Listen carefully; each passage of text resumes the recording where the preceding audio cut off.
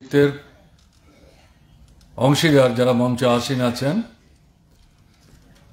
আপনারা যারা উপস্থিত হয়েছেন, সুধীজন, মায়েরা, বোনেরা, সবাইকে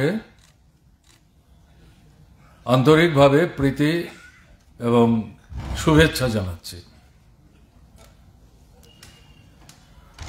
মহামতি লেনিনের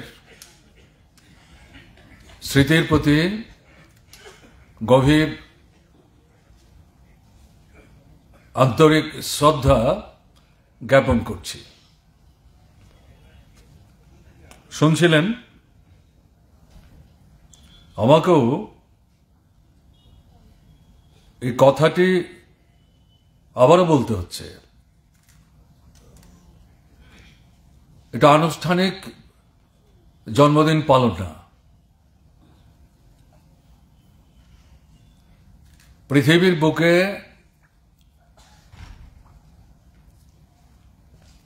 মার্ক্সবাদের যথার্থ বিশ্লেষণের মধ্য দিয়ে পুঁজিবাদ সাম্রাজ্যবাদের বিকল্প হিসাবে মানুষের জীবনের মৌলিক সমস্যার সমাধানের যে পথের কথা মার্কস এঙ্গেলস বলে গেছেন, সমাজতান্ত্রিক ব্যবস্থা, রাশিয়ার বুকে এটার পতন ঘটিয়ে শুধু তৎকালীন পরিস্থিতিতে রাশিয়ার মানুষদেরকেই সমস্যা মুক্ত হতে সাহায্য করেননি, সারা পৃথিবীর শোষিত, বঞ্চিত, নির্যাতিত অংশের মানুষ যারা, তাদের সামনে বিকল্পের সন্ধান এবং দিশা দেখিয়ে গেছেন। সেদিক থেকে তার জীবন, কর্মধারা, এর থেকে আমাদের শিক্ষা নেওয়ার আছে। এবং আন্তর্জাতিক পরিস্থিতির প্রেক্ষাপটে আমাদের দেশের বর্তমান যে পরিস্থিতি চলছে, তার থেকে বেরিয়ে আসবার প্রশ্নে যে ভাবনা চিন্তা নিয়ে, লাল ঝান্ডা কাঁধে নিয়ে আমরা কমিউনিস্টরা ভারতবর্ষের মাটিতে কাজ করার চেষ্টা করছি, সে লক্ষ্যে পৌঁছতে গেলে পর আমাদের পথ, পন্থা, প্রকরণ এটা নির্ধারণ করার ক্ষেত্রে আজও লেনিন আমাদের সামনে পথপ্রদর্শক। সেই ভাবনা নিয়েই তার জন্মদিন কিন্তু আমরা পালন করছি। এটা আনুষ্ঠানিক ব্যাপার না।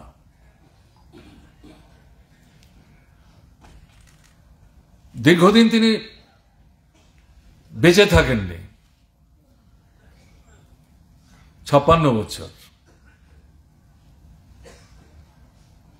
আরো বেশ কয়েক বছর হয়তো বাঁচতেই পারতেন, কিন্তু জনগণের শত্রুরা তাকে নিঃশেষ করে দেওয়ার জন্য তার উপর আক্রমণ সংঘটিত করেছিল 1918 সালে। এবং তিনি যখন মারা যান, ডাক্তারবাবুরা বলেছেন ওই যে গুলিতে তাকে আক্রমণ করা হয়েছিল তাতে 2টো বুলেট তার দেহে ছিল, যেগুলো সেই সময়ে চিকিৎসা করতে গিয়ে চিকিৎসকরা তার দেহ থেকে বের করতে পেলে পর বড় ধরনের সমস্যা তৈরি হতে পারে, তাই এই বুলেট বের করবার ঝুঁকি তারা নেননি। এবং তার এই মৃত্যুর যে কারণ, তার উপর আক্রমণের পর আরো 6 বছর তিনি বেঁচে ছিলেন, যদিও ঠিকঠাক ভাবে কাজ করতে পারেননি, যেটা অন্যতম কারণ। লেনিন বেঁচে থাকা মানেই তো প্রতিনিয়ত মানুষের স্বার্থে, কল্যাণে, সমৃদ্ধিতে তার চিন্তা, ভাবনা, চেতনা এবং অগ্রগমনের লক্ষ্যে বিকল্প পথের দিশা। কিন্তু জীবৎকালের এই অল্প সময়ের ব্যবধানে আমি হিসাব করে যেটা দেখবার চেষ্টা করলাম, তাতে প্রকৃত অর্থে এই গুলিবিদ্ধ অবস্থায় 6 বছর বেঁচে থাকাকেও যদি আমরা হিসেবে নেই, তাহলে 32 থেকে 34 বছর তিনি কাজ করেছেন। তার কৈশোরে পদার্পণ করার যে সময়টা, সেটাকে যদি আমরা বাদ দেই, আর গুলিবিদ্ধ হওয়ার পর যে 6 বছর তিনি বেঁচে ছিলেন, শেষের 2 বছর তার পক্ষে কাজকর্ম করা খুব কঠিন ছিল, চিন্তা ভাবনা করাই খুব কঠিন ছিল। লেনিন তো বসে থাকার লোক না, এই সবটাই হিসেব করলে পর 32-34 বছর প্রকৃত অর্থে তিনি কাজ করেছেন। যে বিশাল ভান্ডার তিনি রেখে গেছেন অফুরান।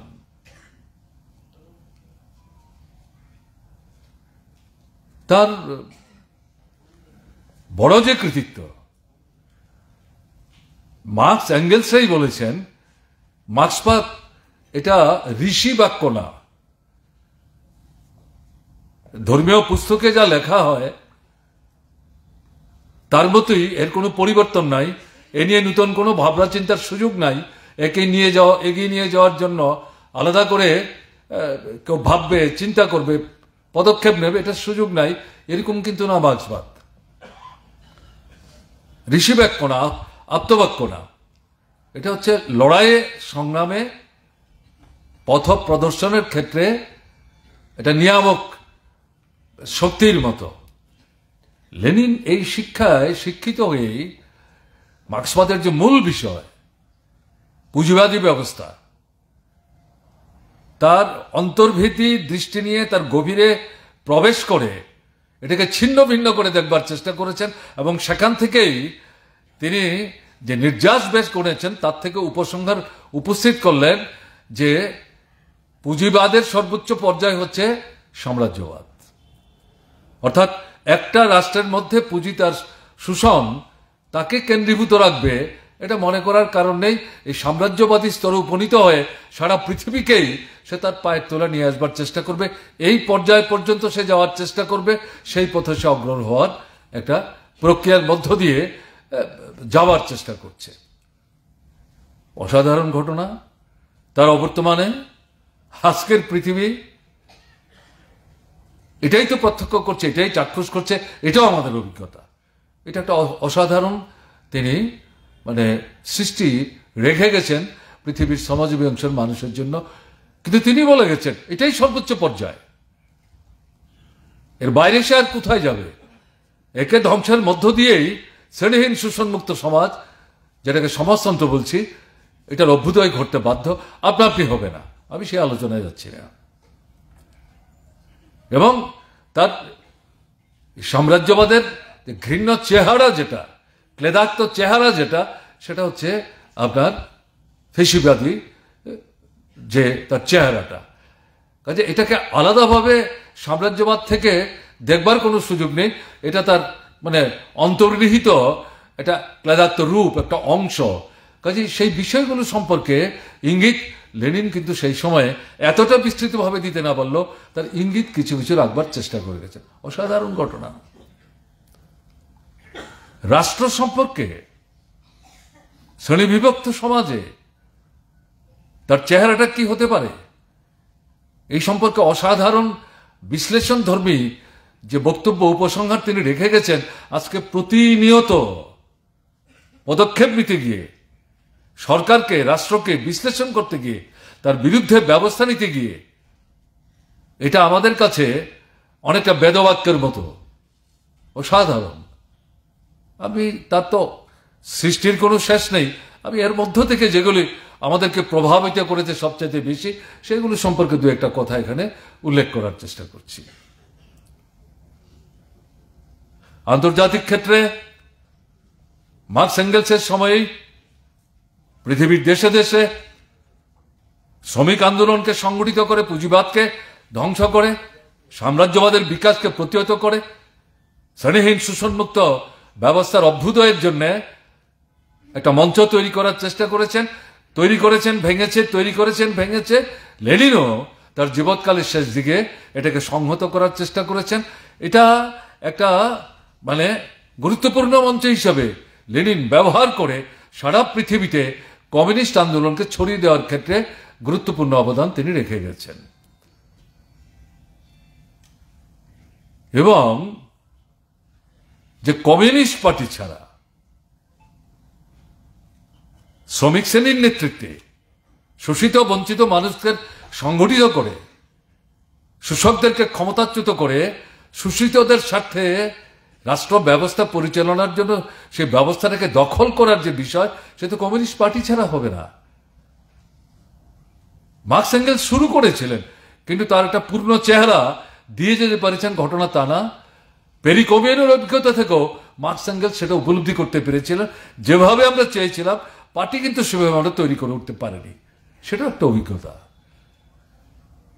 লেনিন এই কমিউনিস্ট পার্টিটা কিভাবে তৈরি হবে, তার ধাঁচাটা কি, তার মৌলিক নীতিগুলো কি, তার যে নির্দেশনামা, তার অভিজ্ঞতার মধ্য দিয়ে তিনি তৈরি করে গেছেন।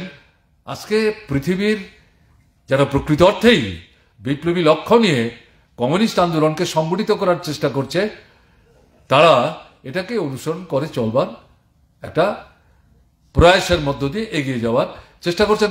আমরা ভারতবর্ষে ভারতের কমিউনিস্ট পার্টি মার্ক্সবাদী, একে অনুসরণ করেই আমরা অগ্রসর হওয়ার চেষ্টা করছি।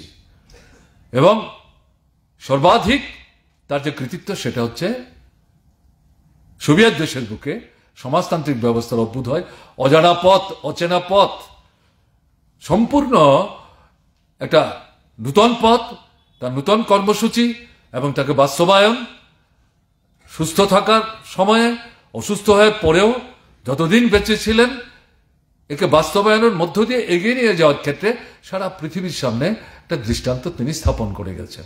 একটা মানুষ 32-34 বছরের মানে কাজের সময়ের মধ্যে এর চাইতে বেশি আর কি রেখে যেতে পারেন, কি রেখে যেতে পারেন?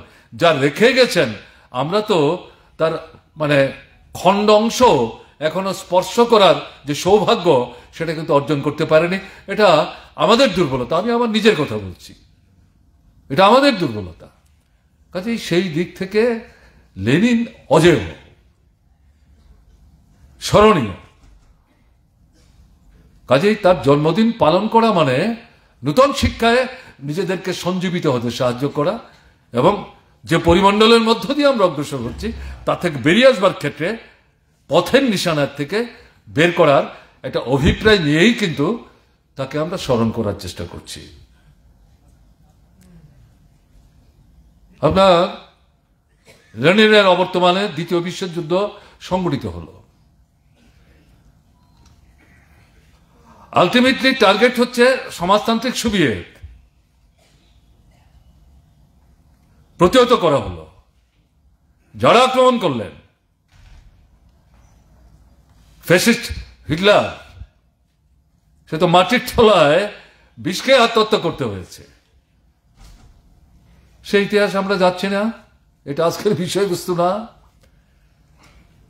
সে জার্মান ভাগ হয়েছে, পূর্ব জার্মানের সমাজতন্ত্র হয়েছে, ইউরোপ মহাদেশের মধ্যে বিভিন্ন রাষ্ট্রে সমাজতন্ত্রের বিজয় কেতন সেখানে উড্ডীন হয়েছে,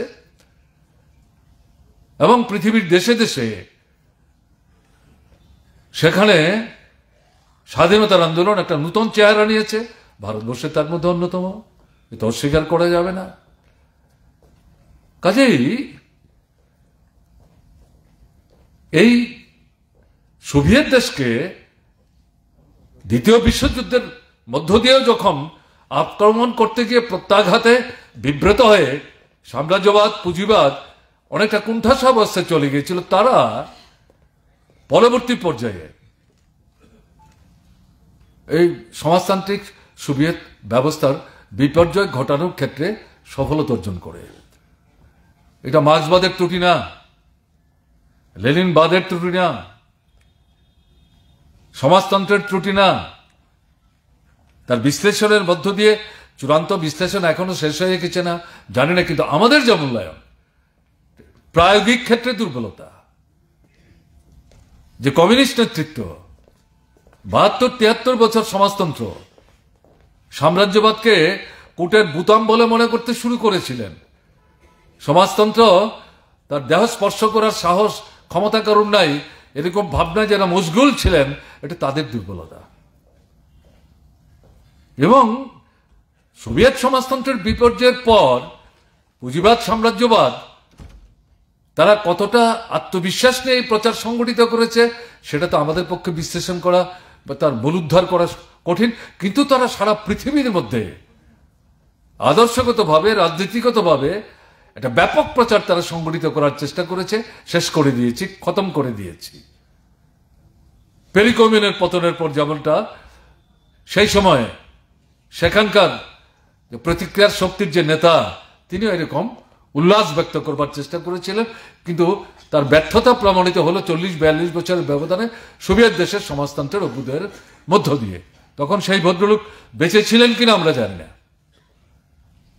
এখন সোভিয়েত দেশের সমাজতান্ত্রিক ব্যবস্থার বিপর্যয়ের পর, এটা ঘটনা পরবর্তী সময়ে যেটা আমরা লক্ষ্য করেছি, বিশেষ করে ইউরোপ মহাদেশে লাল ফৌজকে ভিত্তি করে যে সমস্ত রাষ্ট্রগুলোতে লাল পতাকা উড্ডীন হয়েছিল, সমাজতন্ত্রের পতাকা উড্ডীন হয়েছিল, দেখতে দেখতে দেখা গেল একটার পর একটা সেখানে খসে পড়তে শুরু করলো। এবং সেখান থেকে উদ্দীপিত হয়ে সাম্রাজ্যবাদী শক্তি সেই সময়ে টার্গেট করেছিল চীনকে। আয়তনে, জনসংখ্যায়, প্রাকৃতিক যে সম্পদ, মাটির তলায় মাটির উপর, এবং সমাজতান্ত্রিক ব্যবস্থা গড়ে তোলবার ক্ষেত্রে যে ধারা নিয়ে তারা অগ্রসর হওয়ার চেষ্টা করছে, তার থেকে এদের কাছে মনে হয়েছে চীনকে যদি শেষ করা না যায়, তাহলে শুধু সোভিয়েত সমাজতান্ত্রিক ব্যবস্থার বিপর্যয় ঘটানোর মধ্য দিয়ে সাম্রাজ্যবাদ এবং পুঁজিবাদের যারা ধারক বাহক, তারা কিন্তু সন্তুষ্ট হতে পারছিল না, নিশ্চিন্ত হতে পারছিল না, তাদের ভবিষ্যৎটা অনিশ্চিত। কাজে সেই জায়গায় তারা টার্গেট করেছিল চীন, যে একে যদি আমরা ধসিয়ে দিতে পারি, তাহলে বাদ বাকি যে 4-5টা আছে তাদেরকে শেষ করে দেওয়া খুব কঠিন না। তারা টার্গেট করলো। দ্বিতীয়টা কি? পুঁজিবাদী অর্থনৈতিক ব্যবস্থার তার যে নীতি, তার মধ্যেই যে অন্তর্নিহিত রয়েছে তাদের সমস্যা, সংকট, শোষণ ভিত্তিক অর্থনীতি। যতই এটা সেটা কায়দা কানুন পদ্ধতি পরিবর্তন করুক, তারা তাদের মূল সমস্যা থেকে নিজেদেরকে মুক্ত করতে পারে না। তারা সমস্যার গভীরে হাবুডুবু খাচ্ছিল। তার থেকে বেরিয়ে আসবার জন্য সোভিয়েতের বিপর্যয়ের পর নয়া অর্থনৈতিক নীতি তারা গ্রহণ করলো, ন্যাপ যেটাকে আমরা বলতাম, নিউ ইকোনমিক পলিসি। একটু বিস্তৃত করে বললে বলা যায় নিউ ইকোনমিক লিবারেল পলিসি। তার মূল কথা কি? এখন আর বাধা দেওয়ার কেউ নাই। চীন আছে, আমরা দেখে নেব, বুঝে নেব, পৃথিবীর বাকি জায়গায় স্বাধীনভাবে, বাধা বন্ধনহীনভাবে সাম্রাজ্যবাদ পুঁজিবাদ সেখানে ঘুরে বেড়াবে, বাজার দখল করবে, মুনাফা লুট করবে, সম্পদের পাহাড় করবে, পাহাড়ের একটার পর একটা তারা অতিক্রম করবে। এরকম একটা জায়গায় তারা চলে যাবে। তার জন্য নয়া এই অর্থনৈতিক নীতি তারা গ্রহণ করেছিল। এই যে দুটো প্রধান লক্ষ্য নিয়ে তারা অগ্রসর হওয়ার চেষ্টা করলো, সেই জায়গায় দেখা গেল আজকে যখন এই সোভিয়েত দেশের বিপর্যয়ের পর এই সময়ের মধ্যে যদি আমরা দেখি, তাহলে কত বছর হলো? 34-35 বছরের বেশি না। এই সময়ের মধ্যে এই প্রধান যে দুটো লক্ষ্যকে সামনে রেখে সাম্রাজ্যবাদী পুঁজিবাদী শক্তি অগ্রসর হওয়ার চেষ্টা করছে, তাতে তো তারা সাফল্য আনতে পারেনি। অর্থনৈতিক দিক থেকে 2008 সালে পুঁজিবাদী অর্থনীতিতে যে মন্দা তৈরি হয়েছিল, আমরা এখন 2025 সালে 17 বছর হয়ে গেল, 18 বছর পদার্পণ করছে। এর আগেও পৃথিবীতে মন্দা হয়েছে পুঁজিবাদী ব্যবস্থাতেই, কিন্তু একটা সময়ের ব্যবধানে ওখান থেকে তারা বেরিয়ে আসতে পেরেছিল। কিন্তু এই যে সর্বশেষ যে মন্দা, তার থেকে কিন্তু পুঁজিবাদ সাম্রাজ্যবাদ বেরিয়ে আসতে পারছে না। বরং উল্টো কি দেখা যাচ্ছে? উল্টো দেখা যাচ্ছে সেখানে ধনী এবং গরিবের মধ্যে ফারাকটা দুস্তরভাবে বেড়ে যাচ্ছে। অল্প লোকের হাতে সম্পত্তির কেন্দ্রীভবন ঘটছে। বিরাট অংশের মানুষ তারা অর্থনৈতিক সমস্যায় তারা বিব্রত হচ্ছেন। অনাহার, অর্ধাহার, অশিক্ষা, বেকারি, এগুলো মাথা চাড়া দিয়ে উঠছে এবং এর থেকে তারা বের হয়ে আসার কোনো রাস্তা বের করতে পারছে না। এবং সেই জায়গায় এখন যেটা লক্ষ্য করা যাচ্ছে, যারা অনুসন্ধানের দৃষ্টি নিয়ে সারা পৃথিবীর বর্তমান যে ঘটনা প্রবাহ তার নজর রাখার চেষ্টা করছেন, তারা লক্ষ্য করবেন এই নিউ ইকোনমিক পলিসি, এতে লাভ হলো না। এর থেকে বেরিয়ে আসবার জন্য বিকল্প নীতি কি হতে পারে? পুঁজিবাদী দেশের যে অর্থনীতিবিদরা প্রকাশ্যে না বললো, তারা নতুন করে কিন্তু গবেষণা শুরু করেছে। কি পথ সেটা হবে আমরা জানি না। যে পথেই পুঁজিবাদ সাম্রাজ্যবাদ নিক না কেন, সমাজতন্ত্র ছাড়া কোনো বিকল্প নাই।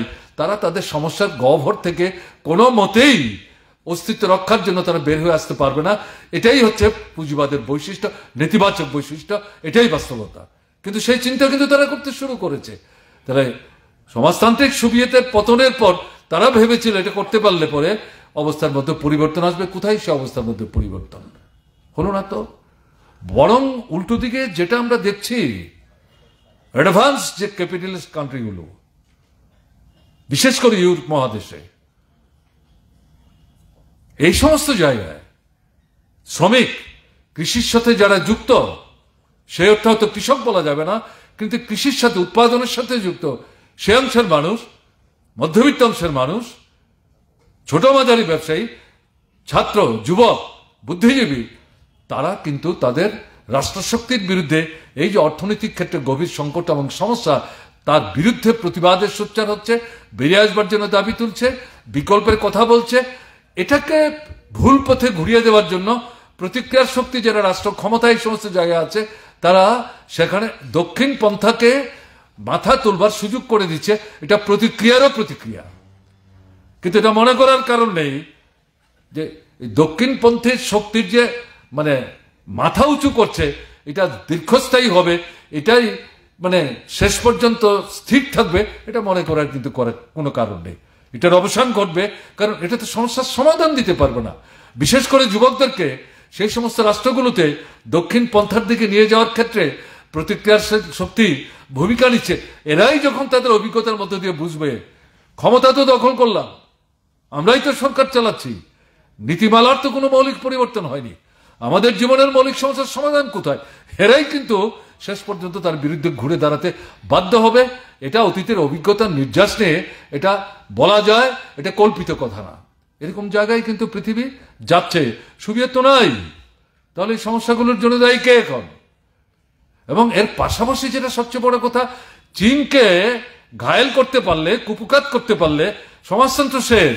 সেই চিন্তা এখন মার্কিন সাম্রাজ্যবাদের ঘাড়ে গরম শ্বাস ছাড়তে শুরু করেছে।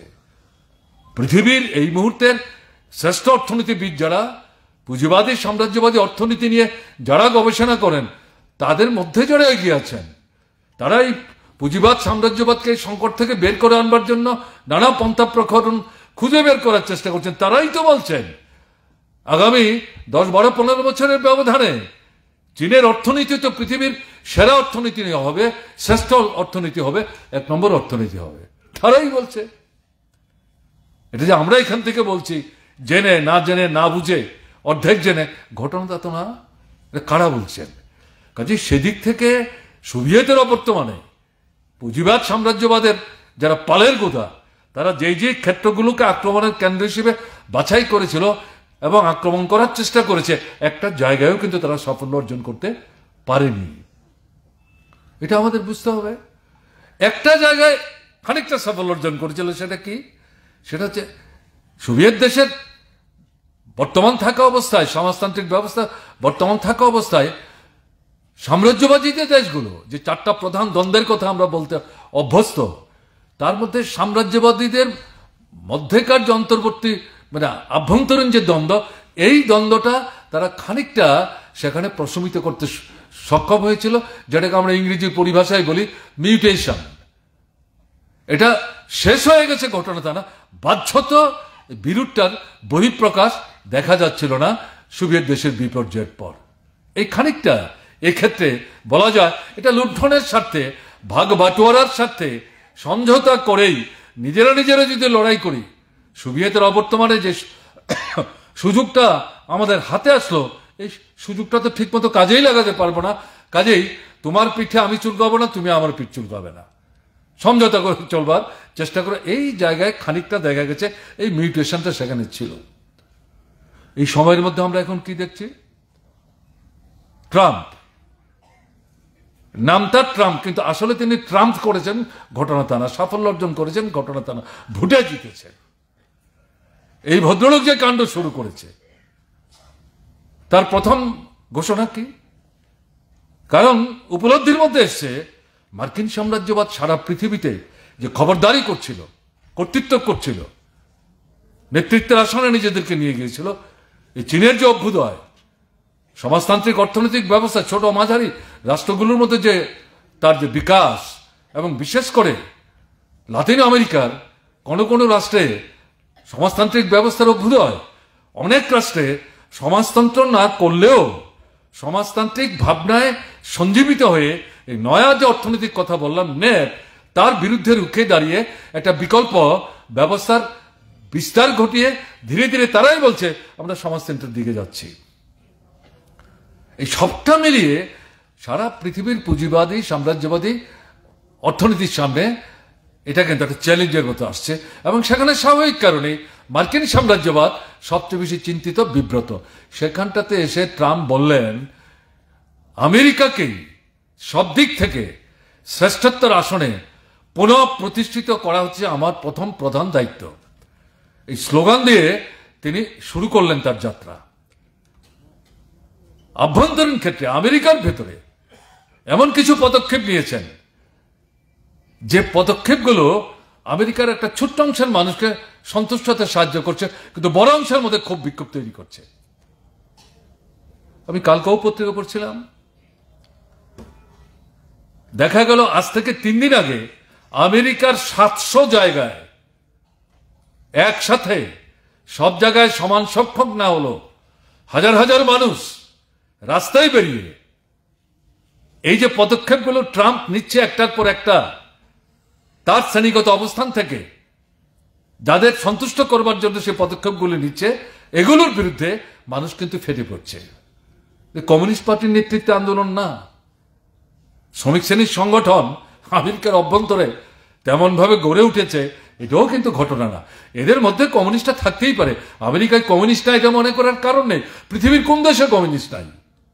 শোষণ যেখানে আছে, অত্যাচার যেখানে আছে, ভেদাভেদ যেখানে আছে, বিভাজন যেখানে আছে, সেখানে ঘোষণা অঘোষণা না দিয়েও কমিউনিস্ট থাকবে। আমেরিকায় থাকবে না, এটা কি করে হয়?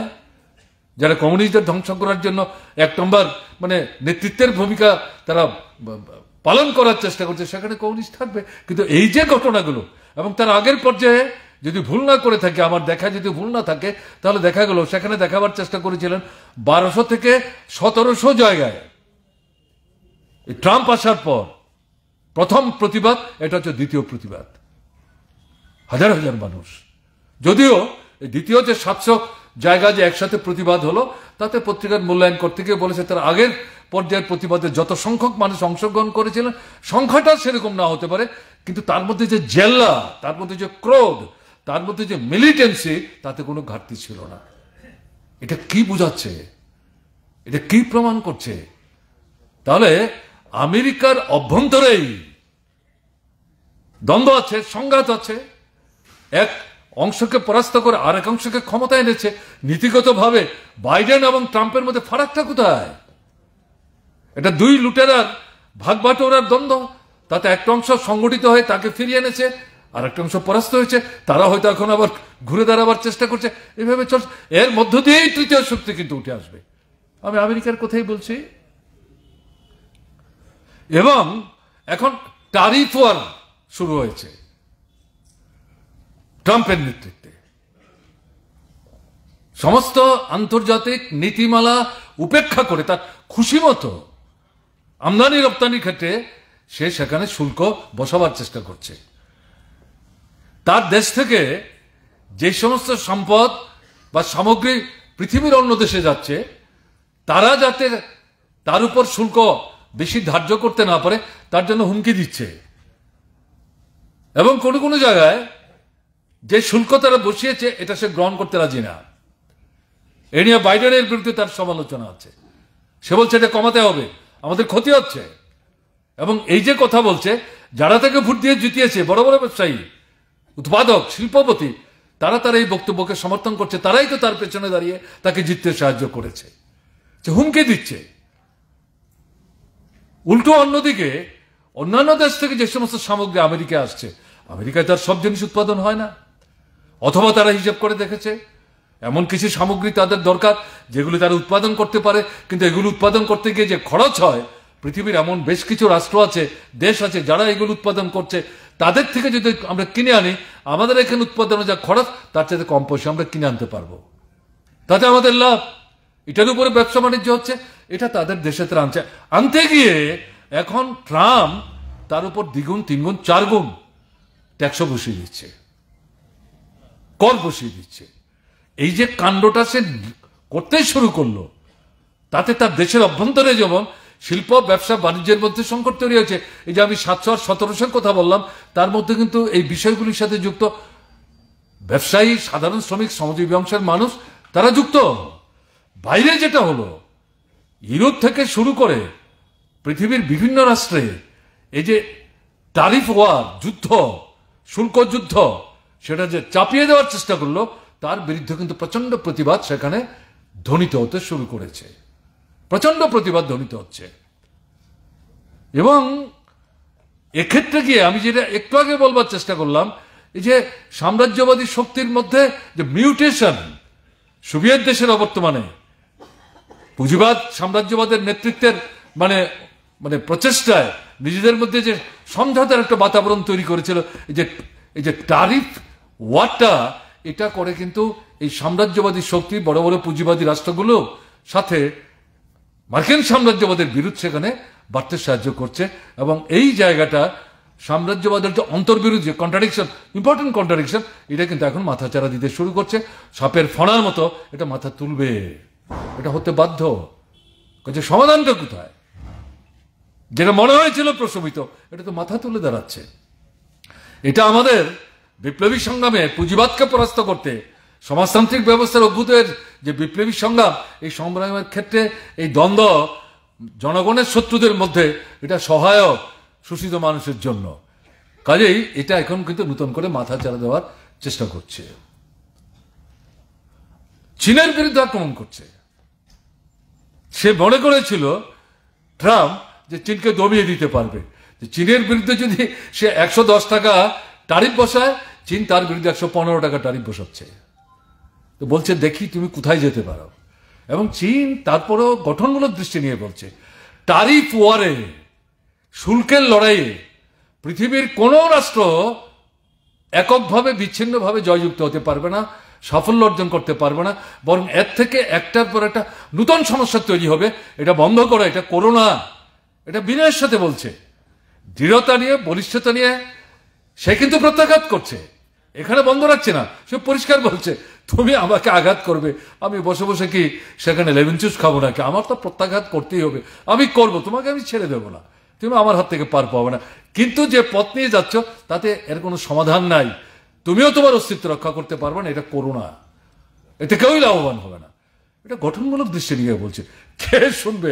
ট্রাম্প কি শোনার মানুষ নাকি? আপাত দৃষ্টিতে মনে হতে পারে সে পাগল, উন্মাদ। মোটেই সে পাগল না, মোটেই সে উন্মাদ না। পুঁজিবাদ, সাম্রাজ্যবাদের যে বিষয়গুলো, এগুলি সম্পর্কে যথেষ্ট সচেতন, সজাগ, এটা মনে রাখতে হবে। কাজে এই দিক থেকে এই জায়গায় কিন্তু সে আঘাতে আঘাতে জর্জরিত হওয়ার চেষ্টা করছে। এবং এই সময় কি দেখা যাচ্ছে, মধ্যপ্রাচ্যে গোটা এলাকাটাকে সে দখল করতে চাইছে। মাটির তলায় অফুরান প্রাকৃতিক সম্পদ, বহুমূল্যবান প্রাকৃতিক সম্পদ, পৃথিবীর অনেক জায়গায় এটা নাই। যেটা আপনার ইসরায়েল এবং প্যালেস্তাইনকে ভিত্তি করে যে পরিস্থিতি, এর পেছনে মার্কিন সাম্রাজ্যবাদের হাত। সে রাষ্ট্রপতি হওয়ার পর ভাব দেখালো আমি যুদ্ধ চাই না, আমি শান্তি চাই, এবং পত্রিকায় তো দেখা গেল তাকে আন্তর্জাতিক শান্তি নোবেল পুরস্কার দেওয়ার জন্য নাকি প্রস্তুতি শুরু হয়েছে। পড়তে পড়তে মনে হয়েছিল এগুলিতে সবই তারই কার্যকলাপ, তারই কারসাজি। সেই লোকজন ঠিকঠাক করে তার পক্ষে প্রস্তাব সেখানে পাঠাবে। এই যারা করে, যাদেরকে কিনলে পরে সুবিধা হতে পারে তাদেরকে এরকম পুরস্কার যেমন তারা দেয়, এরা নিজেদের জন্য এরকম পুরস্কার কিন্তু মানে ব্যবস্থা করতে পারে। এই পড়তে পড়তে আমার অন্তত নিজের এই প্রতিক্রিয়া হয়েছিল।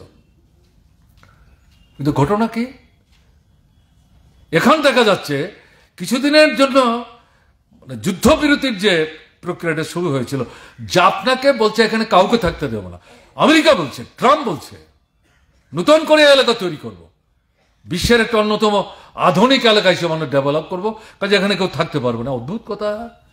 তোমার কি অধিকার? কে তোমাকে অধিকার দিল? ইসরায়েল চুপ করে বসে আছে, তাকে সামনে রেখে সর্বপ্রযত্নে সাহায্য করছে। গোটা যুদ্ধটা পেছন থেকে চালাচ্ছে বাইডেন শুরু করেছে। এখন দেখা যাচ্ছে নতুন করে সেই তাকে প্ররোচিত করে আক্রমণটাকে তীব্র থেকে তীব্র করছে। গত 5-6 দিনের মধ্যে হাজারের উপর মানুষ খুন করে ফেলেছে। এতেও যেটা দেখা যাচ্ছে নারী এবং শিশুর সংখ্যা বেশি। হাসপাতাল যে 2টা 4টা 5টা এখনো আছে এই জাফনা এলাকায়, সেগুলো মাটির সাথে মিশিয়ে দিচ্ছে। ট্যান করে যারা বেঁচে থাকার চেষ্টা করছেন, দেখে দেখে ট্যান্টের উপর তারা সেখানে গোলাবর্ষণ করছে। কতটা দুর্বিনীত অমানবিক! এই ঘটনার মধ্য দিয়ে তার চেহারাটা উদ্ঘাটিত হচ্ছে। এখন দেখা যাচ্ছে ইউক্রেন রাশিয়া বলছে না, এই যুদ্ধটা ঠিক হচ্ছে না, এটা মীমাংসা করা দরকার। অথচ যুদ্ধটা লাগালোই বাইডেন। যখন এই যুদ্ধ লাগে তখন তো ট্রাম্প বিরোধিতা করেনি। ইভেন আপনার এই যে নির্বাচনী লড়াই, এই নিয়ে তো বেশি কথাবার্তা ট্রাম্প তো বলার চেষ্টা করেনি। এখন কি কৌশলটা কি? কৌশলটা হচ্ছে যে এই যে আক্রমণটা তাকে কেন্দ্র করে, রাশিয়াকে কেন্দ্র করে মার্কিন সাম্রাজ্যবাদ, ইউরোপ মহাদেশের যে রাষ্ট্রগুলো তার সঙ্গে আছে, নেটোর সঙ্গে আছে, তাকে নিয়ে অগ্রসর হওয়ার চেষ্টা করছে। আসলে হচ্ছে ইউক্রেন হচ্ছে অত্যন্ত গুরুত্বপূর্ণ জায়গা, প্রাকৃতিক সম্পদে ভরপুর, কৃষিতে অত্যন্ত উন্নত, সমাজতান্ত্রিক সুবিধাতে এটা ছিল খাদ্য ভান্ডার, শস্য ভান্ডার। এখন আলাদা রাষ্ট্র ভাগ হয়ে 15টা হয়েছে, তার মধ্যে এটা একটা। অনেক যারা ভাগ হয়ে অন্যান্য রাষ্ট্র তৈরি করেছে, অনেককে ইতিমধ্যে নেটোতে নিয়ে গেছে। ইউক্রেনকে নিতে পারেনি, নিতে চাইছে। সোভিয়েত রাশিয়া সেখানে বাধা দিচ্ছে, কারণ তার মধ্যে একটা বিরাট অংশ রাশিয়ান ভাষাভাষী মানুষ সেখানে বসবাস করেন এবং এটা লাগোয়া স্ট্র্যাটেজি। তারা বলছে অসম্ভব, নেটোতে তোমাকে যেতে দেবো না। তার ভেতর থেকেই মানুষ প্রতিবাদ করছে। এরকম একটা জায়গায় এই যে লড়াইটা এখন চলছে রাশিয়ার নেতৃত্বে, এরা তো পুঁজিবাদী করছে, সমাজতন্ত্র না তো, পচে গেছে। এখন বুঝতে পারছে একটা অংশ কি সর্বনাশ আমরা করেছি, কপালে হাত দিচ্ছে। নতুন প্রজন্ম যারা, তারা সমাজতন্ত্র দেখেনি, জন্মের পরে পুঁজিবাদী ব্যবস্থা দেখছেন, অতীত নিয়ে যখন ঘাটাঘাটি করছে, তারা বুঝতে পারছে কোথায় তোমরা এনে আমাদেরকে ফেললে। নতুন করে ভাবনা চিন্তা শুরু হয়েছে। স্টালিনের জন্মদিন, লেনিনের জন্মদিন, তার মজুলাম দেখবার জন্য ভিড় প্রতিনিয়ত বাড়ছে সেখানে। এটা বড় কথা না, প্রতিবাদ ধ্বনিত হচ্ছে এবং পরিস্থিতিটা একটা বলা যায় পচাময় অবস্থার মধ্যে দিয়ে অগ্রসর হওয়ার চেষ্টা করছে। এরকম একটা জায়গায় সেও তার অস্তিত্ব রক্ষার জন্য, সে বুঝতে পারছে আমেরিকা তাকে আক্রমণ করে ধ্বংস করার চেষ্টা করছে, একে প্রতিহত করার জন্য সে বন্দুক খুঁজছে। চীন সেখানে হাত বাড়িয়ে দিয়েছে। Yes, I am with you, আমি আছি তোমার সঙ্গে। তুমি সমাজতন্ত্র করছো না, আমি জানি, প্রকাশ না করো। তোমাকে আমেরিকা আক্রমণ করছে ইউক্রেনকে সামনে রেখে। সেরকম একটা জায়গায় আমি তোমাকে সাহায্য করবো না, তুমি আমার সাহায্য চাইছো, এটা মনে করার কারণ নেই। ইউক্রেনের যে এখন রাষ্ট্রপ্রধান, এটা মাঝখানে একটা পরিমণ্ডল তৈরি করবার জন্য তার সঙ্গে ট্রাম্পের কথাবার্তা হচ্ছে, এমনভাবে তাকে ধমক টমক দিয়ে কথাবার্তা বলছে এবং তার মুখ দিয়ে বের করলো, তুমি কি ইউক্রেনের বন্ধু না রাশিয়ার বন্ধু? এরকম কথাবার্তা বলে একটা অন্য পরিমণ্ডল তৈরি করে ট্রাম্পকে প্রকৃত অর্থে যুদ্ধের বিরুদ্ধে শান্তির দূত হিসাবে দেখাবার চেষ্টা করছে। এগুলি কৌশল, এতে বিভ্রান্ত হওয়ার কিন্তু কোনো সুযোগ নেই। এবং এই সময়ের মধ্যে এখন যেটা দেখা যাচ্ছে, কোথায় এই যুদ্ধের সমাধান? কিসে তার সমাধান? এই যুদ্ধ চলছে। এখন দেখা গেল ইউক্রেন বলছে যে আপনার ইস্টার চলছে, সেই সময় কিন্তু রাশিয়া ডিক্লেয়ার করেছিল ইস্টারের সময়ে সেখানে যুদ্ধ চলবে না, আমরা যুদ্ধ করব না। তারপরে ইউক্রেনই বলছে কোথায়, রাশিয়া তো তার কথা রাখলো না, তারা তো আক্রমণ করছে। তারপরে একদিন পরে দেখা গেল তারা তথ্য দিয়ে বলছে আক্রমণটা কে শুরু করেছে। ঘোষণা তো আমরা দিয়েছিলাম, তোমরাই তো আক্রমণ করলে, তোমরাই সবচেয়ে বেশি আক্রমণ করেছো। একেবারে হিসেব নিকেশ দিয়ে নখ দর্পণে সব তুলে যখন দিল, এখন দেখা যাচ্ছে ইউক্রেন চুপ, ট্রাম্প কোনো কথাবার্তা বলছেন না। তাহলে এই যে পরিস্থিতিগুলি আমি এখানে উল্লেখ করলাম এই কারণে যে ট্রাম্প সারা পৃথিবীর বুকে একটা অন্যরকম একটা পরিবেশ তৈরি করছে, সব লন্ডভন্ড করে দেওয়ার চেষ্টা করছে। এটা হচ্ছে পুঁজিবাদ, সাম্রাজ্যবাদের যে সংকট, তার থেকে পরিত্রাণ পাওয়ার জন্য, অস্তিত্ব রক্ষার জন্য, সমাজতান্ত্রিক ব্যবস্থা যাতে মাথা তুলে দাঁড়াতে না পারে, তার জন্য এই প্রচেষ্টাগুলি সেখানে তারা নিয়ে যাওয়ার চেষ্টা করছে। এবং এই সময়ের মধ্যে আমরা কি লক্ষ্য করছি, চীন যেমন এগিয়ে যাচ্ছে, ভিয়েতনাম তারা তো পিছিয়ে পড়ছে না। আপনারা জানেন, যারা খবর রাখেন, দক্ষিণ কোরিয়াকে ব্যবহার করে উত্তর কোরিয়াকে ধ্বংস করার চেষ্টা করেছে, প্রত্যাঘাত করছে। এবং সে দক্ষিণ কোরিয়াকে টার্গেট করছে না, বলছে আমি বড়টার মাথার দিকে লক্ষ্য রেখে সেই জায়গায় কিন্তু আমি ঠিক ঠিক আমার অস্ত্র আমি ছাড়বো, অর্থাৎ সে আমেরিকার কথা বলছে এবং সে কিছুদিন পরে পরেই এই আণবিক অস্ত্র ফাটাচ্ছে এবং তার বিরুদ্ধে মানুষ জড়ো করার চেষ্টা করছে। সে পরোয়াবিহীন ভাবে বলছে আমার উপর আমার অস্তিত্ব নিয়ে তুমি খেলবে আর আমি চুপ করে বসে বসে দেখবো, এটা কি করে আশা করো? আমি তো ছাড়বো না। এবং দেখা যাচ্ছে তাদের আভ্যন্তরীণ অনেক খবর টবর আমরা আগে পেতাম না, এখন খবর বেরোচ্ছে অর্থনৈতিক দিক থেকে, সামাজিক দিক থেকে তাদের দেশের জনগণের জীবনযাত্রার মান কোন অংশে পেছিয়ে না, এগিয়ে যাচ্ছে। কিউবা এই সময়ের মধ্যে সমস্যায় আছে, তাকে টুটি টিপে মারবার চেষ্টা করছে, কিন্তু তারপরে তারা দাঁড়িয়ে বলছে সমাজতন্ত্রের পতাকা কাঁধে নিয়েছি, শেষ রক্তবিন্দু থাকতো কিন্তু এই পতাকা হাতছাড়া করবো না। কিন্তু আমেরিকান সাম্রাজ্যবাদ একে সরাসরি চারিদিক থেকে ঘেরাও করা ছাড়া সরাসরি আক্রমণ করার কিন্তু দুঃসাহস এখনো দেখাচ্ছে না। ভবিষ্যতে কি হবে চট করে হয়তো এই মুহূর্তে বলা যাচ্ছে না। এরকম একটা পরিস্থিতির মধ্যে আমি কেন এই কথাটা বললাম, পুঁজিবাদের সমস্যা তৈরি হচ্ছে, সাম্রাজ্যবাদী অর্থনীতির সমস্যা হাবুডুবু খাচ্ছে, কিন্তু সমাজতান্ত্রিক যে ব্যবস্থা আন্তর্জাতিক পরিসরে তার যে ক্ষেত্র, তাতে তার যে অর্থনীতির ক্ষেত্রে এগুলিকে একটা জায়গায় আনার ক্ষেত্রে তার সীমাবদ্ধতা আছে, কিন্তু তার মধ্যে তারা কিন্তু এগিয়ে চলেছে। বিকল্প যে এই পরিস্থিতির মধ্যে দাঁড়িয়ে আমরা এই মুহূর্তে যেটা লক্ষ্য করছি, প্রধান যে দ্বন্দ্বটা যেটা লক্ষ্য করে যাচ্ছে সোভিয়েত দেশের বিপর্যয়ের পর কেউ কেউ যেটা বলতে শুরু করেছিলেন, কোথায় এখন সমাজতন্ত্র? আর তো চীনকে তো শেষ করে ফেলবে, কাজেই সমাজতন্ত্র এবং পুঁজিবাদ এটা হচ্ছে প্রধান দ্বন্দ্ব। এগুলো নিয়ে এখন কথাবার্তা বলে সময় নষ্ট করার দরকার নেই। আজকে যে পরিস্থিতিতে এসে আমরা দাঁড়িয়েছি, ট্রাম্প যে ভূমিকা নিচ্ছে তাতে গিয়ে এটা পরিষ্কার হয়ে যাচ্ছে মূল দ্বন্দ্ব সমাজতন্ত্র বনাম পুঁজিবাদ। এটা সমাজতান্ত্রিক ব্যবস্থার অভ্যুদয়ের দিন থেকেই শুরু হয়েছে। পুঁজিবাদ সাম্রাজ্যবাদের ধ্বংস সাধন না করা পর্যন্ত এই যে মূল দ্বন্দ্ব এটা অব্যাহত থাকবে এবং এটা তীব্র থেকে তীব্র, তীক্ষ্ণ থেকে তীক্ষ্ণ হবে, এটাই স্বাভাবিক। আন্তর্জাতিক পরিস্থিতি সেদিকে কিন্তু মানুষকে ধাবিত করার চেষ্টা করছে। দ্বিতীয় যে জিনিস এখানে উল্লেখ করার চেষ্টা হলো যে সাম্রাজ্যবাদী শিবিরের অন্তর্বিরোধ, ট্রাম্পে এটা তৈরি করেছে, আমি যেটা উল্লেখ করলাম। তৃতীয় যেটা আগে আমি উল্লেখ করার চেষ্টা করেছি, পুঁজি এবং শ্রমের দ্বন্দ্ব। পুঁজি মানে শোষণ, পুঁজিবাদ, শোষিত মানুষ মেনে নেবে না, লড়াই হবে, আমি উল্লেখ করেছি। এই দ্বন্দ্ব কিন্তু সেখানে তীব্র থেকে তীব্র হচ্ছে। এখন ডেভেলপিং কান্ট্রিজ তাদের সঙ্গে বড় বড় পুঁজিবাদী সাম্রাজ্যবাদী রাষ্ট্রগুলির সম্পর্ক খুব একটা ভালো এটা মনে করার কোনো কারণ নেই, সমঝোতা করে চলবার চেষ্টা করছে। আমরা দেখছি ভারত রাষ্ট্র মোদীর নেতৃত্বে, আরএসএস নিয়ন্ত্রিত বিজেপি মার্কিন সাম্রাজ্যবাদের পদতলে মাথা নুইয়ে দিয়ে আমাদের রাষ্ট্রের যে স্বার্থ সমস্ত লুটিয়ে দিচ্ছে। কাজে এরকম পরিস্থিতি যদি সৃষ্টি করতে পারে তাহলে পুঁজিবাদী সাম্রাজ্যবাদী রাষ্ট্রের সাথে তৃতীয় দিনের ডেভেলপিং যে কান্ট্রিজগুলো, দৃষ্টান্ত হিসাবে আমাদের দেশের কথা বললাম, তার মধ্যে বিরোধটা আপাত দৃষ্টিতে মনে হতে পারে তার মধ্যে তীব্রতার মধ্যে যেন কোথাও একটা ঘাটতি আছে। Let us wait and see. সবাই ভারত রাষ্ট্রের মতো ভূমিকা নেবে এটা মনে করার কিন্তু কারণ নাই, এটা মনে করার কিন্তু কারণ নেই। কাজে এরকম পরিস্থিতির মধ্যে দাঁড়িয়ে পৃথিবী কিন্তু আজকে এগিয়ে যাওয়ার চেষ্টা করছে এবং এই পরিস্থিতির প্রেক্ষাপটে আমরা যদি তাকাই, আমাদের দেশের পরিস্থিতি বিস্তৃত যাওয়ার তো কোনো প্রশ্ন নেই। আমার আগে কমরেড জিতেন দীর্ঘ সময় নিয়ে এই বিষয়গুলো বলবার চেষ্টা করেছেন। আমাদের দেশের বর্তমান যে পরিস্থিতি তাতে আমরা যেটা লক্ষ্য করছি, আরএসএস নিয়ন্ত্রিত বিজেপি নয়া ফেসিবাদী রাষ্ট্র তৈরি করার দিকে অগ্রসর হওয়ার চেষ্টা করছে। এটা লুণ্ঠনের মৃগা ক্ষেত্র হিসেবে ভারত রাষ্ট্রের বাজার এবং অর্থনীতিকে খুলে দিয়েছে।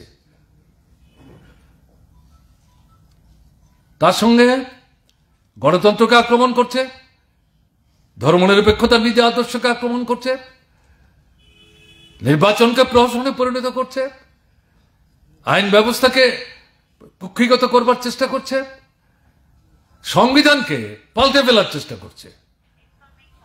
এই যে মানে পদ্ধতি, এই পদ্ধতির মধ্য দিয়ে বাইরে মনে হবে ধাঁচাটা তো গণতন্ত্র, আপনারা ফেসিবাদ বলছেন, কোথায় সবই তো আছে। কিন্তু আপনি তো ভোট দিতে পারছেন না। এখানে যারা বসে আমার কথা শুনছেন, আমি তো মানে নিশ্চিতভাবে বলতে পারি এখানে উপস্থিত যারা তার থেকে 50 থেকে 60 আছেন যারা বিগত 2-3টা নির্বাচনে ভোটই দিতে পারেননি। এটাকে ল্যাবরেটরি হিসেবে তারা ব্যবহার করছে। এখানে সফল হতে পারলে পর ধীরে ধীরে ভারতবর্ষের অন্য জায়গায় তারা নিয়ে যাবে। ইতিমধ্যে বিভিন্ন রাজ্যের নির্বাচনে এটা যে তারা করছে তার তো দৃষ্টান্ত সামনে আসছে। রাহুল গান্ধী আমেরিকায় গেছেন 2-3 দিনের জন্য, ওখানে গিয়ে এই সরকারকে চাঁছাছোলাভাবে আক্রমণ করে তার মুখে যে ফেসিবাদী চেহারাটা এটা ছিঁড়ে ফেলবার জন্য নির্বাচনকে ভিত্তি করে যে প্রহসনের জাল বিস্তার করেছে, তাতে মহারাষ্ট্রের নির্বাচনের তথ্য ধরে ধরে উল্লেখ করে সেখানে উপস্থিত করেছেন। তাতে বিজেপির নেতাদের মানে খুব হয়েছে, গুসা করেছেন। তারা এখন রাহুল এবং সোনিয়া গান্ধী কংগ্রেস দলের বিরুদ্ধে আক্রমণ করতে গিয়ে তাদের যেটা পত্রিকা এর যে মামলা মোকদ্দমা চলছে এটার সামনে এনে তাদেরকে সেখানে জনগণের কাছে এটা কালিমালিপ্ত করার চেষ্টা করছে। এটা তাদের দলীয় ব্যাপার, তারা দেখবেন। কিন্তু এই যে বিষয়গুলো আন্তর্জাতিক ক্ষেত্রে পরিসরে কিন্তু চলে যাচ্ছে, এতে গিয়ে আমাদের দেশের সরকার আনমাস্ক হয়ে যাচ্ছেন। এই যে জায়গাটা, অর্থনৈতিক সংকট তীব্র থেকে তীব্রতর হচ্ছে, কৃষিতে সংকট, শিল্পের সংকট, চাকরি বাকরি নাই, আয় উপার্জন পেছন থেকে চলে গেছে, জীবনযাত্রার মান নিচের দিকে চলে গেছে। কাজে এই পরিস্থিতিতে দাঁড়িয়ে আমরা যেটা বলতে চাইছি, মার্ক্সবাদী লেনিনবাদী যে শিক্ষা, সেখান থেকে অভিজ্ঞতা আহরণ করে, শিক্ষা আহরণ করে যেটা আজকের দিনে আমাদের বলার, সেটা কি? সেটা হচ্ছে এই যে একদিকে গণতন্ত্রের উপর আক্রমণ, অপরদিকে সংসদীয় ব্যবস্থাকে ধ্বংস করা, অর্থনৈতিক ক্ষেত্রকে এটা মানে লুটের ক্ষেত্রে পরিণত হতে সাহায্য করে অল্প কিছু শোষকদের স্বার্থে দেশে বিদেশি, শুধু দেশি না।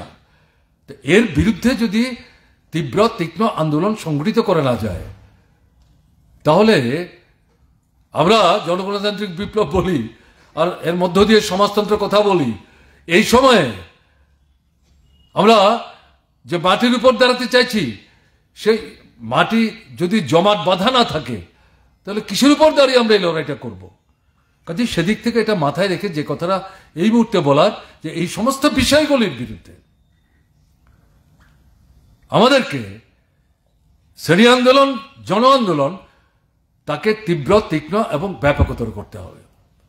এবং এই জায়গাটাতে মূল কথা যেটা, ভারতের কমিউনিস্ট পার্টি মার্ক্সবাদী এই নয়া ফেসিবাদী যে ভাবনা, ধর্মের বিরুদ্ধে আক্রমণ করে সংখ্যালঘুদেরকে নিশ্চিহ্ন করার যে প্রচেষ্টা, এর বিরুদ্ধে কমিউনিস্টরা, বামপন্থীরা, বিশেষ করে মার্ক্সবাদী কমিউনিস্টকে বাদ দিলে পরে কারা ভূমিকা নেবে? পুঁজিবাদের যারা অনুসারী, সাম্রাজ্যবাদের যারা অনুসারী, বাধ্যত গণতন্ত্রের কথা এখানে সেখানে বলেন, ধর্মনিরপেক্ষতার পক্ষ কথাবার্তা বলেন, কিন্তু মূলত এদের বিরুদ্ধে প্রকৃত যে লড়াইটা লড়ার কথা, সেই লড়াইয়ে মতাদর্শ, রাজনীতি এবং অর্থনীতি, এতে এরা একটা কার্যকরী ভূমিকা গ্রহণ করবে যদি মনে করি আমরা ভুল করব। যখন যেভাবে তাদেরকে আমরা আমাদের সঙ্গে নিতে পারি, কৌশলগতভাবে উদার দৃষ্টিভঙ্গি নিয়ে তাদেরকে আমাদের সঙ্গে আনার সুযোগ আমরা হাতছাড়া করবো না, কিন্তু মূল দায়িত্ব আমাদের দিতে হবে। মার্ক্সবাদী কমিউনিস্ট পার্টিকে এই জায়গায় গুরুত্বপূর্ণ ভূমিকা নিতে হবে। নিতে গেলে পর তার নিজের যে শক্তি, একক যে শক্তি, এই শক্তিটা কিন্তু বাড়াতে হবে। এটা বাড়াতে গেলে পর শ্রেণী আন্দোলন, গণ আন্দোলনের মধ্য দিয়ে যারা লড়াই সংগ্রামের সামনের সারিতে আছে, ভয় ভীতি উপেক্ষা করে, আক্রমণ উপেক্ষা করে রক্ত ঝরাচ্ছে কিন্তু পতাকা ছাড়ছে না, পেছনে যাচ্ছে না, এগিয়ে যাওয়ার চেষ্টা করছে, জনগণের মধ্যে তাদের প্রতি একটা স্বীকৃতি আছে, তারা সমাদৃত, এরকম যারা, তাদেরকে বাছাই করে পার্টির মধ্যে আনতে হবে। খালি ভালো ভালো কথা বলছেন, নীতিমালা ব্যাখ্যা করছেন, কিন্তু লড়াইয়ের ময়দানে ভূমিকা নিচ্ছেন না, আক্রমণাস্ত্রে পেছিয়ে যাচ্ছেন, এদেরকে নিয়ে তো পার্টি করলে লাভ হবে না। এই পার্টি তো বিপ্লবী সংগ্রাম সংগঠিত করতে পারবে না, জনগণের যে মূল শত্রু তাকে তো পরাস্ত করতে পারবে না। কাজেই এই যে যথার্থ কর্মীদেরকে এনে পার্টিটাকে শক্তিশালী করা, এটা করতে গেলে তো লড়াই করতে হবে। লড়াই ছাড়া আপনি কি করে এই লোকদের বাছাই করবেন? নেতার চারপাশে ঘুরছে, দাদা কাকা চেঠা বলে ঘুরছে, চাইবার আগে চা চাইলে পরে মিষ্টি আপনার প্লেট বাড়িয়ে দিচ্ছে, তাদের নিয়ে পার্টি করব? লাভ হবে কিছু পার্টির? তাহলে তো পার্টির লাভ হবে না। যে এই জায়গাটা জোরের সাথেই কিন্তু আজকে আমাদের বলতে হচ্ছে, এই লড়াইয়ের ময়দানে পরীক্ষিত যারা, তাদেরকে বাছাই করে পার্টিতে আনতে হবে, গড়ে তুলতে হবে মতাদর্শগতভাবে, শ্রেণী রাজনৈতিক দৃষ্টিভঙ্গিতে, এবং সাংগঠনিক যে শৃঙ্খলা এর মধ্যে, এই বাঁধনের মধ্যে ফেলে তাদেরকে ধীরে ধীরে ধীরে ধীরে গড়ে তুলতে হবে, সমৃদ্ধ হতে সাহায্য করতে হবে, ধীরে ধীরে তাদেরকে নেতৃত্ব স্থানে আমাদের উন্নীত করতে হবে। এই কাজটা করতে হবে আমাদের মার্ক্সবাদী কমিউনিস্ট পার্টিকে। নাহলে কিসের জন্য আমরা লেনিনের জন্মদিন পালন করছি, এত কথাবার্তা বলছি, তিনি কি করেছেন কি করেননি, তা আমরা এখন কি করব? এটাই তো আমাদের এই মুহূর্তে প্রধান কাজ। দ্বিতীয় যে কথা, আমরা জানি আমাদের নিজস্ব শক্তি সীমাবদ্ধ। ভারতবর্ষ বিরাট বড় একটা দেশ, 140 কোটি মানুষ, 29টা 30টা তার রাজ্য, সব জায়গায় আমাদের শক্তি সমান না। উত্তর পূর্বাঞ্চলে আমাদের অবস্থাটা কি? ত্রিপুরাকে বাদ দিলে পরে বাকি কোন রাজ্যের মধ্যে আমাদের কি অবস্থা? আসামে কিছুটা ছিল, আছে, কিন্তু এটা তো সেখানকার একটা গণ আন্দোলনকে নেতৃত্ব দেওয়ার ক্ষেত্রে তেমন একটা বড় শক্তি না। বাকি জায়গাগুলিতে কোথায় আমরা কি আছি? মণিপুরে যে আক্রমণ হচ্ছে, এক সময় কমিউনিস্ট আন্দোলন ছিল এবং দেখা গেল একসময় সিপিআইএম এর তুলনায় সিপিআই তুলনামূলকভাবে এগিয়েছিল, কিন্তু এখন কোথায়? আমরা তবু কি সেখানে কিছু কাজকর্ম করার চেষ্টা করছি, বাদ বাকি জায়গায় খুব একটা মানে সেই অর্থে কাউন্টেবল ফোর্স তো না। আমি উত্তর পূর্বাঞ্চলের কথাই বলছি। আর এখানে যে শক্তি নিয়ে মাথা তুলে দাঁড়িয়ে দেশের সামনে বিকল্প পথের দিশা দেওয়ার ক্ষেত্রে আমরা আমাদের সীমাবদ্ধ পরিসরে ভূমিকা নেওয়ার চেষ্টা করেছি, এটাকে ধ্বংস করে দেওয়ার জন্য কি চলছে 7 বছর 8 বছর যাবৎ। কিন্তু মাথা নত করিনি, আমরা রুখে দাঁড়াবার চেষ্টা করছি, ঘুরে দাঁড়াবার চেষ্টা করছি। এটা তো একটা অঞ্চল, 8টা রাজ্য নিয়ে কিন্তু পূর্বাঞ্চল, উত্তর পূর্বাঞ্চল। তো এরকম যদি আমরা দেখি সারা ভারতবর্ষে, আমাদের শক্তিটা সীমাবদ্ধ, কিন্তু আমরা বিকল্পের সন্ধানে লড়াই যাচ্ছি, বিপ্লবী সংগ্রাম সংগঠিত করার চেষ্টা করছি। শক্তি কম বলে আমাদের দ্বারা হবে না, ক্লাব সমাজতন্ত্রের কথা বলে, এই ছোট শক্তি দিয়েই তো লড়াই করতে করতে শক্তিটা বড় হবে। লেনিন যে সোভিয়েত দেশে আপনার সমাজতান্ত্রিক বিপ্লব সাধন করলেন, এই প্রথম দিনেই কি পার্টিটা এরকম ছিল? ছিল না তো। শ্রমিকদের সংগঠিত করেছেন, শ্রমিকরা কৃষকদের মধ্যে যাওয়ার চিন্তা করেনি। একটা লড়াইয়ে পরাস্ত হওয়ার পর শিক্ষা নিয়ে শ্রমিকদের বললেন তুমি একা পারবে না, কৃষকদের মধ্যে যাও, তাদেরকে সংগঠিত করো, তারা বিরাট শক্তি, গ্রামে যাও। শ্রমিক কৃষক ঐক্যবদ্ধ হলো, তাদের ছেলেরা মেয়েরা সেখানে শাসক গোষ্ঠীর স্বার্থ রক্ষা করার জন্য শ্রমিকদের কৃষকদের বিরুদ্ধে অস্ত্র হাতে নিয়ে যুদ্ধ করে বললো তাদের ভেতরে ঢুকবার চেষ্টা করো। তোমার ছেলে যদি সৈন্যবাহিনীতে থাকে, তুমি যদি কৃষক হও, তুমি যদি শ্রমিক হও, তোমার ছেলে তোমার মাথায় গুলি করবে কেন? তাকে কেন জয় করবার চেষ্টা করবে না? এর মধ্য দিয়ে দেখা গেলো একটা সময়ে শ্রমিক, কৃষক এবং এই যে আপনার সেনা, তার মধ্যে সমন্বয় সাধিত হলো। তার জন্য দেখা গেল প্রতিক্রিয়ার শক্তি বললেন এটা কিসের বিপ্লব, এ তো সেনাবাহিনীর, এটা হচ্ছে বিদ্রোহ। এইভাবে তারা বিষয়টা কিন্তু উপস্থিত করে সমাজতান্ত্রিক বিপ্লবটাকে খাটো করবার চেষ্টা করেছিল, যদিও এটা ধোপে টিকছে না। কাজে এই জায়গাটার মধ্যে দাঁড়িয়ে আমাদের দেশের যে বর্তমান যে পরিস্থিতি, এই পরিস্থিতির মধ্যে আমরা যে কথাটা বলার চেষ্টা করছি যে এখানটাতে একা চাইলেই যে আমরা পারবো ঘটনাটা না, আমাদের শক্তি বাড়াতে হবে। কাদেরকে নিতে হবে? বামপন্থী অন্যান্য শক্তি, তাদের নিজস্ব কর্মসূচি আছে, তাদের একটা ভিন্ন ভাবনা আছে, চিন্তা আছে, আছে বলেই তো একটা আলাদা পার্টি হয়েছে।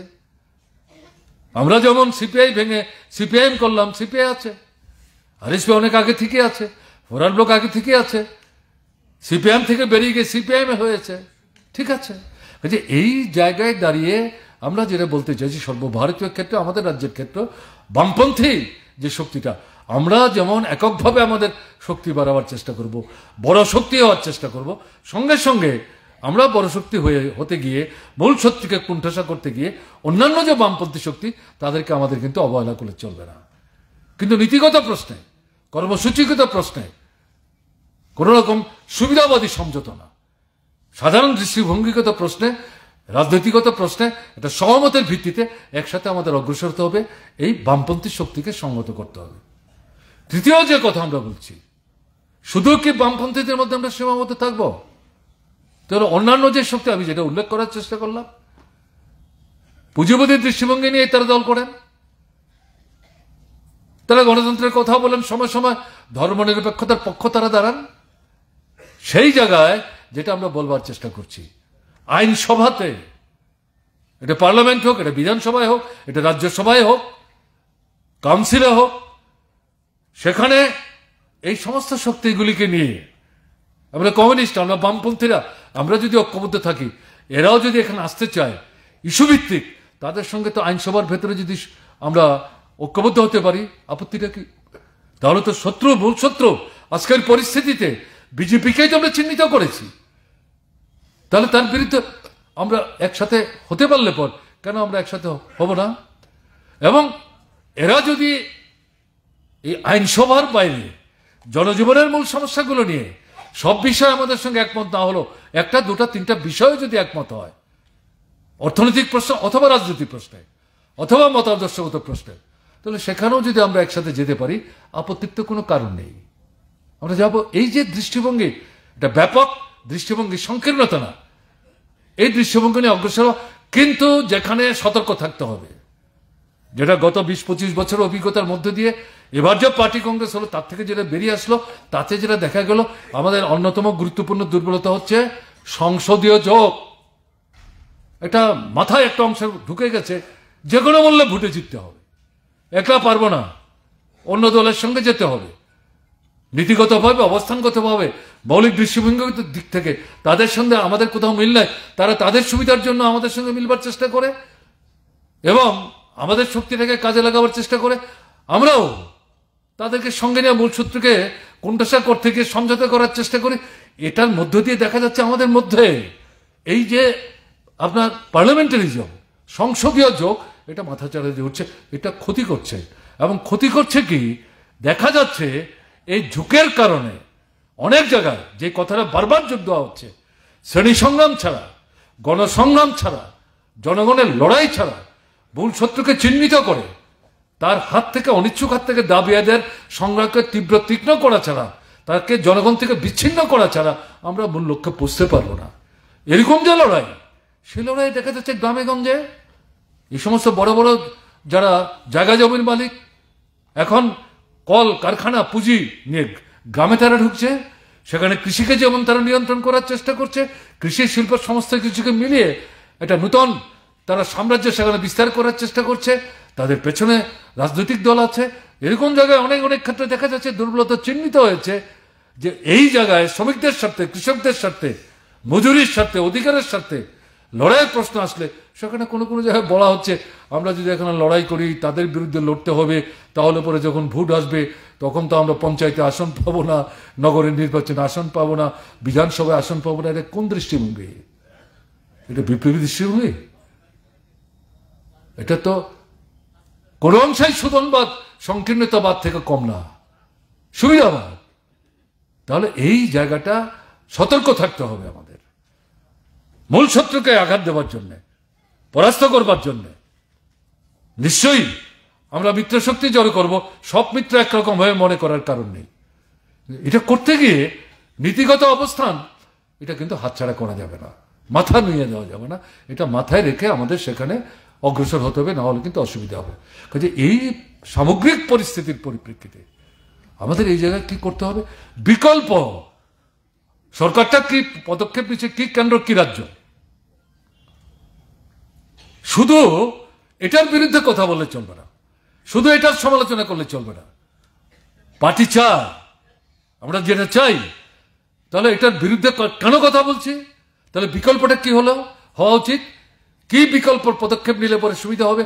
অনেক দিন পর এবারকার বাজেটের প্রতিবাদ করতে গিয়ে এই চারটা বামপন্থী রাজনৈতিক দল শুধু বাজেট প্রতিবাদ করেনি, বিকল্প কি ধরে ধরে, ইস্যু ধরে ধরে আমাদের বক্তব্য কি, এই বক্তব্য তুলানোর চেষ্টা করেছে। কিন্তু অদ্ভুত ঘটনা, একদিন প্রতিবাদ করে বক্তৃতা করে শেষ, তারপর কিন্তু এই বিকল্পের কথা আমরা তেমনভাবে বলছি না। এই পদক্ষেপ তো পরিহার করতে হবে, না হলে তো লাভ হবে না। বিকল্পের কথা তো একদিন বললে চলবে না, এটা ধারাবাহিকভাবে এটাকে অব্যাহত রেখে আমাদের বলতে হবে, নাহলে মানুষ কি করে বুঝবেন। কাজে এই জায়গাটা বিকল্প মানে কি, পুঁজিবাদের বিকল্প, সাম্রাজ্যবাদের বিকল্প, সাম্প্রদায়িক শক্তির বিরুদ্ধে বিকল্প, গণতন্ত্র হত্যা করার যে চেষ্টা করছে তার বিরুদ্ধে বিকল্প। এই যে দৃষ্টিভঙ্গি, এটা কিন্তু উপস্থিত করতে হবে। এবং এখানে কালকের সমাজতন্ত্র হবে না, তাতে কি হলো? প্রকৃত বিকল্প এখন যেটা আমরা অনেকেই মাথা চুল ছিটছে, যুবকরা আমাদের সঙ্গে আসছে না। যুবকরা আমাদের সঙ্গে আসছে না, যুবকরা কাদের সঙ্গে যাচ্ছে? বিজেপির সঙ্গে যাচ্ছে, তারা কি বিরাট অংশ কংগ্রেসের সঙ্গে যাচ্ছে? তাও তো ঘটনা না। মূল প্রশ্নটা কি? আপনি যদি পেছন দিকে যান তাহলে সোভিয়েত দেশের বিপর্যয়ের পর পৃথিবীর দেশে দেশে এই পুঁজিবাদ যেভাবে মাথাচাড়া দিচ্ছে, মুনাফা লুণ্ঠনের জন্য অর্থনীতির যে পদক্ষেপগুলো নিয়ে অগ্রসর হওয়ার চেষ্টা করছে, তাতে নতুন কাজ কোথায়? স্বাভাবিক কারণে সারা পৃথিবীতে যেমন আমাদের দেশের সমস্যা বাড়ছে, এটার জন্য মার্ক্সবাদী কমিউনিস্ট পার্টি দেয় না। তাহলে এইরকম একটা জায়গায় কি স্লোগান দিয়ে তাদেরকে আকৃষ্ট করব? আপনি মল ভোলানো কোনো স্লোগান দিয়ে আকৃষ্ট করবেন? চাঁদ দেখিয়ে সূর্য বলবেন, আম দেখিয়ে কাঁঠাল বলবেন? তাহলে তো লাভ হবে না কিছু। তাহলে তার কাছে সত্যটা বলতে বিকল্প কি? তোমার জীবনের মূল সমস্যা বেকার সমস্যা, সমাধান কে দেবে? পুঁজিবাদ, সাম্রাজ্যবাদ? সে তো সমাধান দিতে পারবে না। তাহলে আমেরিকাতে কেন প্রতিবাদ হচ্ছে? ওখানে কেন লড়াই হচ্ছে? হাজার হাজার মানুষ কেন মাঠে নামছে? বাইডেন কেন হারলো? ট্রাম্প কেন জিতলো? ট্রাম্পকে হারিয়ে কেন বাইডেনকে জেতালো? এই প্রশ্নগুলো তো আমরাই করতে পারি, আমরা করছি না কেন? কাজে এই জায়গায় আমাদের যুবশক্তির কাছে, শোষিত বঞ্চিত নির্যাতিত মানুষের কাছে এর থেকে মুক্তির পথ সমাজতন্ত্র ছাড়া নাই, বিকল্প নাই। এটা আমাদের বুঝিয়ে বলতে হবে। এবং সমাজতন্ত্রের যে ধারণা 1917 সালে আন্তর্জাতিক যে পরিস্থিতি পরিমণ্ডলের মধ্যে, যে আবহাওয়ার মধ্যে সোভিয়েত দেশের সমাজতন্ত্র হয়েছে, তার মধ্যে পরিস্থিতি পরিবর্তন হয়েছে আন্তর্জাতিক ক্ষেত্রে, জাতীয় ক্ষেত্রে, অর্থনৈতিক ক্ষেত্রে। কাজে এই জায়গায় মূল ধারণাটায় স্থির থেকে বিভিন্ন রাষ্ট্রে সমাজতান্ত্রিক ব্যবস্থার অভ্যুদয় ঘটাতে গিয়ে সেখানকার যে পরিস্থিতি, তার যে বৈশিষ্ট্য, এটাকে বিবেচনায় রেখে সেই দেশের কমিউনিস্ট আন্দোলনের নেতৃত্ব সেই ধরনের পদ্ধতিতে সেখানে সমাজতান্ত্রিক রাষ্ট্র ব্যবস্থা গড়ে তুলবে। এই যে বিষয়, ভয় পাইয়ে দেওয়া না, এই মূল ভয়টা কি? বলছে জায়গা জমি বাড়ি ঘর সব দিকে নিয়ে চলে যাবে। এটা ভুল, বিকৃত ব্যাখ্যা। এগুলো তো পরিষ্কার করে মানুষের মধ্যে বুঝিয়ে বলতে হবে, এটা দায়িত্ব আমাদের নিতে হবে। যাই হোক, এটা তো বলতে হবে আমাদের। প্রকৃত বিকল্প যদি আপনি না বলেন, মূল শত্রুকে যদি চিহ্নিত না করেন, তার প্রকৃত মিত্র শক্তি সম্পর্কে তাকে যদি সচেতন হতে সাহায্য না করেন, এটা কিসের মার্ক্সবাদ, কিসের লেনিনবাদ, কিসের বিপ্লবী দৃষ্টিভঙ্গি? এটা বলতে হবে। এখন আমরা চাইলেই কালকে তো সমাজতন্ত্র করতে পারবো না। সমাজতন্ত্রের স্লোগান আমরা দেব, ব্যাখ্যা করব, বিশ্লেষণ করব, যুবকদের টানবো, নতুনদের পার্টি টানার চেষ্টা করব। ওই যে বললাম, লড়াইয়ের মধ্যে দিয়ে টেনে আনা, নারী পুরুষ ছেলে মেয়ে নির্বিশেষে। তার সঙ্গে সঙ্গে আজকের পরিস্থিতির মধ্যে কি, এই যে জনবিরোধী সরকারটা ফেসিবাদী দৃষ্টিভঙ্গি অগ্রসর হচ্ছে, সংখ্যালঘুদেরকে পিষে মারার চেষ্টা করছে, এটা অত্যাচারী জমানা। সেই জায়গায় তাকে উৎখাত করার জন্য, পরাস্ত করার জন্য, জনগণ থেকে বিচ্ছিন্ন করবার জন্য একটা বিকল্প জনমুখী দৃষ্টিভঙ্গি নিয়ে এটা সরকার ভবিষ্যৎ দিনে যাতে গড়ে তোলা সম্ভব হয়, তার জন্য সম্মিলিত উদ্যোগ যতটা সম্ভব, আমি আগেই বলছি, আবারও বলছি, নীতির মালাকে বিসর্জন দিয়ে না, এই জায়গায় স্থির থেকে যতটা সম্ভব সমঝোতা করা, তার ভিত্তিতে একটা বৃহত্তর মঞ্চ গড়ে তুলে এই লড়াইটাকে তীব্র তীক্ষ্ণ করতে হবে, ব্যাপকতর করতে হবে। এর মধ্য দিয়েই সারা ভারতবর্ষের এই রাজনীতিকে বাদ দিয়ে ত্রিপুরার পরিস্থিতি পরিবর্তন হবে। আবার সারা ভারতবর্ষের পরিস্থিতি পরিবর্তন হোক, তারপর আমরা ঘর থেকে বেরোবো, 28-এর নির্বাচনের সময় আসতে পরে দেখা যাবে। এই চিন্তা নিয়ে যারা ভাবছেন সুবিধাবাদী, এটাও চলবে না, ওটাও চলবে না, একটা আরেকটার পরিপূরক। কাজে এই দুটো জিনিসকে একসাথে নিয়ে আমাদের সামনের দিনে অগ্রসর হতে হবে। এই যে দৃষ্টিভঙ্গি, এই যে শিক্ষা, এই লেনিন থেকে আমরা পেয়েছি। লেনিন যেমন মার্ক্স থেকে শিখেছেন, মার্ক্সবাদকে অগ্রসর করতে সাহায্য করেছেন, তার মৃত্যুর পর স্টালিনই প্রথম পৃথিবীর কমিউনিস্টদের কাছে বলেছেন, লেনিন যে কন্ট্রিবিউট করে গেছেন, আমাদের যে ট্রেজারটা তিনি তৈরি করে গেছেন, এটা নিঃশেষ হবার না, অসাধারণ আমাদের এই পুঁজির এই বহরটা। কাজে মার্ক্সবাদকে, যেটা আত্মবাক্য না, ঋষিবাক্য না, এটা অগ্রসরমান মূল জায়গায় স্থির থেকে এটা বিজ্ঞান, তাকে সমৃদ্ধ করার ক্ষেত্রে লেনিন যে ভূমিকা নিয়েছেন, এখন থেকে মার্ক্সের সাথে লেনিনের নাম যুক্ত হওয়া দরকার। তারপর থেকে সারা পৃথিবীর কমিউনিস্টরা বলতে শুরু করলেন মার্ক্সবাদ, লেনিনবাদ। সেই লেনিনের কাছ থেকে শিক্ষা মানে মার্ক্সের কাছ থেকে, এঙ্গেলসের কাছ থেকে, এবং অবশ্যই লেনিনের কাছ থেকে শিক্ষা। এই শিক্ষায় শিক্ষিত হয়ে সঞ্জীবিত হয়ে আজকের পরিস্থিতিতে আমাদের দেশ এবং আমাদের ত্রিপুরায় সামনের দিনে যে লড়াইটা আমাদের লড়তে হবে, তার জন্য কিন্তু আমাদের সুদৃঢ় অবস্থান গ্রহণ করে অগ্রসর হতে হবে। শুধু ফুলমালা চন্দন দিয়ে লেনিনের ছবিকে হাতজোড় করে দাঁড়িয়ে নমস্কার করলেই চলবে না। আর এই ধরনের ঘোড়া সবার মধ্যে আমরা শত শত মিলিত হলাম, শুনলাম, চলে গেলাম, এলাকায় গিয়ে চুপচাপ থাকলাম, মানুষকে বুঝতে দিলাম না, তাহলে কিন্তু চলবে না। অবস্থার মধ্যে পরিবর্তন আসছে। শাসকরা, শোষকরা, জনশত্রুরা ভয় পেতে শুরু করেছে। কাজে এই কল্পিতভাবে তাদের দুর্বলতা বিচার না করে যে ভীতি তাদের মধ্যে তৈরি হয়েছে কার্যকারণে, এটাকে ব্যাপকতর করার জন্য সামনের দিনে বৃহত্তর শ্রেণী এবং গণসংগ্রামকে বিকশিত করার শপথ নিয়ে যদি আমরা এখান থেকে গিয়ে ঝাঁপিয়ে পড়তে পারি, তাহলে লেনিনের প্রতি যথার্থ শ্রদ্ধা প্রদর্শন করা হবে। এই কথাগুলো বলে আপনাদেরকে অভিনন্দন জানিয়ে আমি আমার কথা বলা শেষ করছি। ভালো থাকবেন। আমার নমস্কার।